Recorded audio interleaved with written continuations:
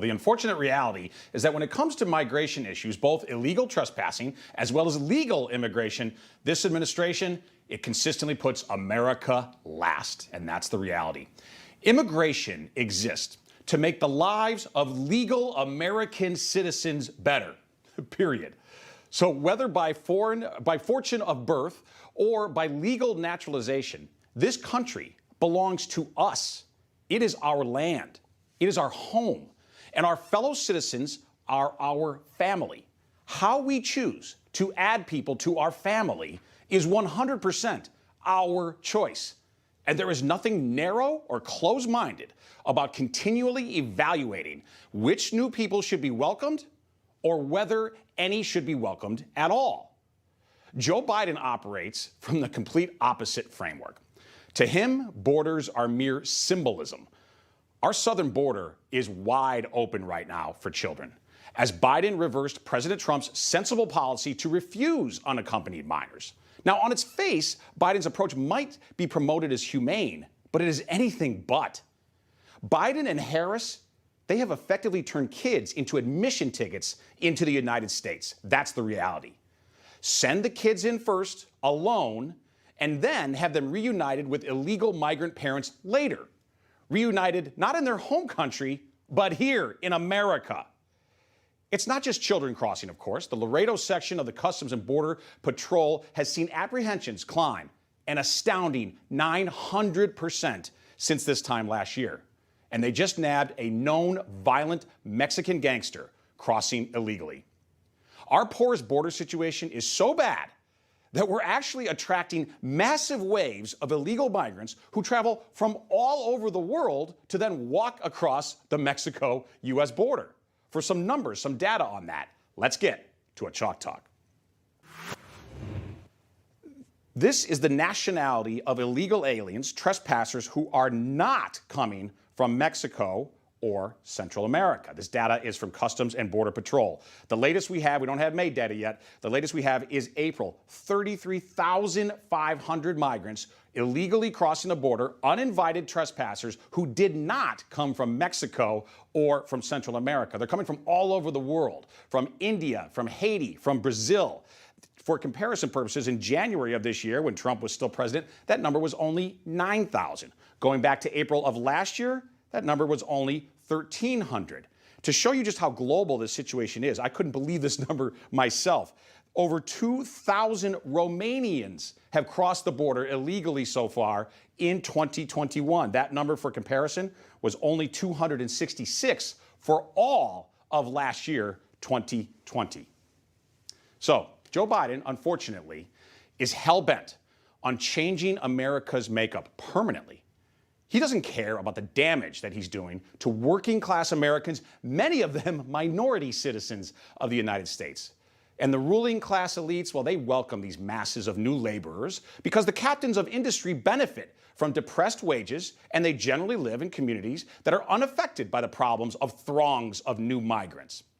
As the New York Times pointed out, it's not just illegal migrants that Biden welcomes with open arms. He's also planning on massive increases to legal immigration as well. A 46-page blueprint they obtained maps out, and this is a quote, maps out the Biden administration's plans to significantly expand the legal immigration system, including methodically reversing the efforts to dismantle it by former President Donald J. Trump, who reduced the flow of foreign workers. The article goes on to detail expansions of worker visa programs, more relative-based chain migration, as well as plans to pay for hundreds of thousands of new asylum seekers to come here to the United States on our dime.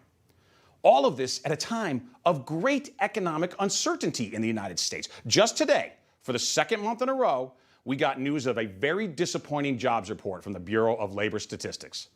Is this really the time to allow in millions of new workers into the United States? Wouldn't a period of national healing, economically and physically, make a lot of sense right now? And can't we discuss these issues calmly, without accusations that those of us who believe in border control and those of us who believe in restricted immigration, we're not inherently racist?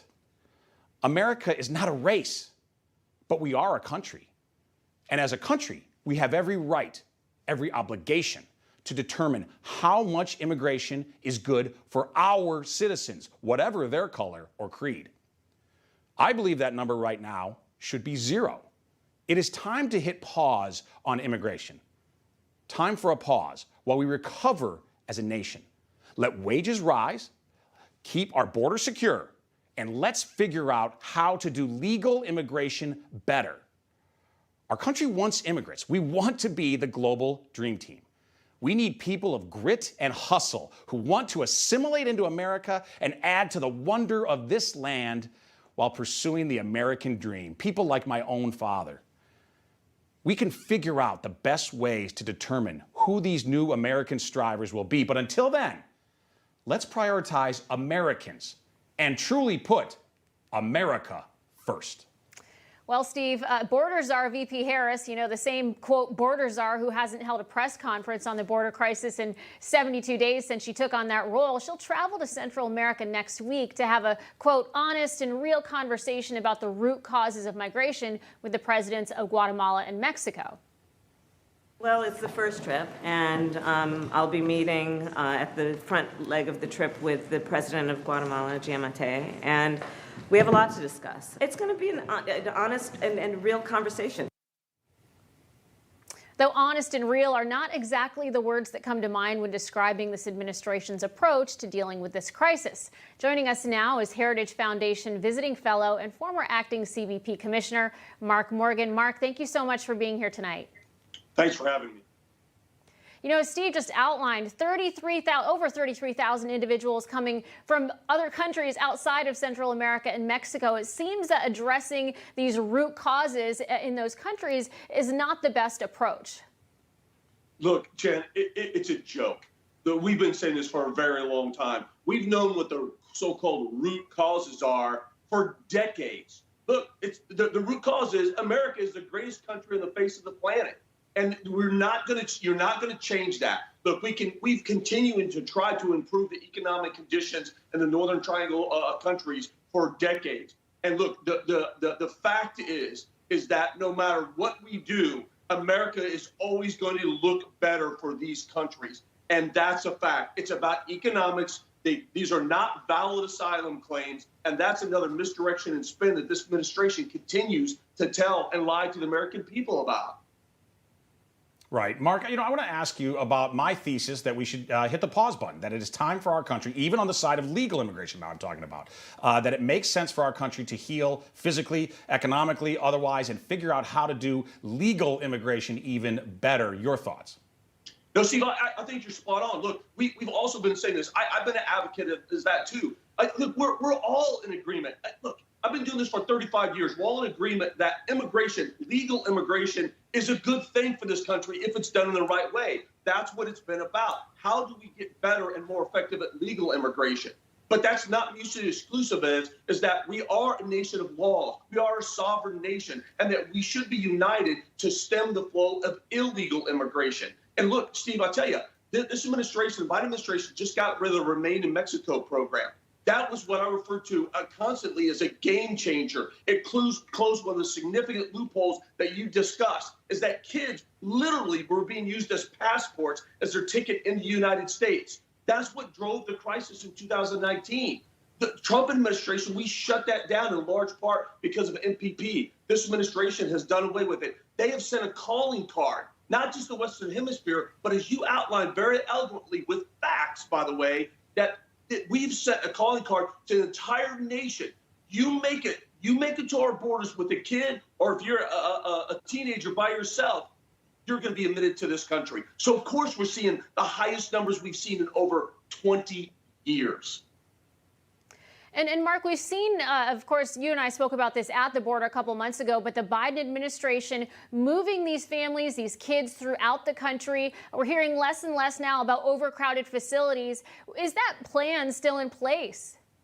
It is. And look, Jen, I think that's a good question. And your viewers really need to pay attention to this, because it's a shell game. That's all it is. I've been saying since day one, what they're doing is they're just getting really good at building welcoming and reception centers on the front end and facilitating the release as fast as possible. I'll give you a quick example, quick fact. In Donna, Texas, with unaccompanied minors, They literally took thousands of minors from a CBP temporary facility, walked them across the street to a HHS temporary facility. And then they claimed everything's under control. They lit cameras in the CBP facility and said, look, nothing to see here. Meanwhile, they're just getting better at shifting them from one location to another and then pushing them out into the interior of the United States at taxpayers' expense. Mark, can you speak to the reality and describe it for the viewers, if you would, please, of what's going on with a lot of left-leaning Americans who are very actively working in Mexico, in Central America, coaching people, encouraging people to come here? A lot of them are with NGOs, non-governmental organizations that are very left-leaning that want this surge at the border. Can you talk about those Americans who are actually participating in this? That's right. Look, what I've been saying for a while as well is I believe that not this administration, but those individuals you described, they're actually complicit with the cartels and human smugglers to really finish the chain of human smuggling and human trafficking. What you described is exactly right. There are individuals that are with NGOs that are actually doing that. They're coaching. They're telling people what they need to say to pass the first hurdle of the credible field to be entered into the asylum process. At times, they're actually giving them cards on exactly what to say. They're helping them with how to get lawyers so the lawyers can help them say the right magic words to be entered into the country and allowed to be part of the asylum process. It's happening every single day. And look, at the end of the day, here's a couple of things we don't talk enough about. Is who is making billions? That's what the B, billions of dollars, because this administration has turned our borders wide open again. The cartels, human smugglers. And who at the end of the day continues to be abused and exploited? The migrants themselves. The migrants, look, I know you played on your show. How many more times do we need to see a young kid screaming that was left behind, dropped over a fence, people drowning, Border Patrol, thousands of rescues every single day? That is the result of open border policies. That is what is inhumane. And these lives are going to be at the hands of this administration. And Mark, I want to ask you, Texas Governor Greg Abbott issued a disaster declaration for the 34 counties along the border in the state of Texas. Do you feel like this will at least provide the residents there some relief from this surge? I'm not sure, because right now it's just a catastrophic crisis on our southwest border. Now, don't get me wrong. Governor Abbott, AG Paxton, and as well as Texas DPS have been front runners, have been leaders, especially of the southern border states, at really pushing back what I feel is unconstitutional action by this president and DHS Secretary Mayorkas. But look, at the end of the day, Texas can only do so much. They only have so many resources, and they only have so much authority. At the end of the day, securing our borders and addressing illegal immigration is the responsibility of the federal government, responsibility of DHS. And our DHS Secretary Mayorkas is failing the American people. He's failed to uphold his oath to protect our homeland. And quite frankly, he continues to lie to the American people. Well, Mark Morgan, we really appreciate you. Thank you so much for joining us tonight. Thanks, Steve. Jen, anytime. Hey, I'm Rob Finnerty. Thanks for watching. If you enjoyed this video, please join the conversation in the comments below. Don't forget to subscribe, too. Hit the bell icon to be alerted to breaking news. And remember, there's a whole lot more on Newsmax TV, America's fastest growing cable news network. Newsmax TV, we're real news for real people.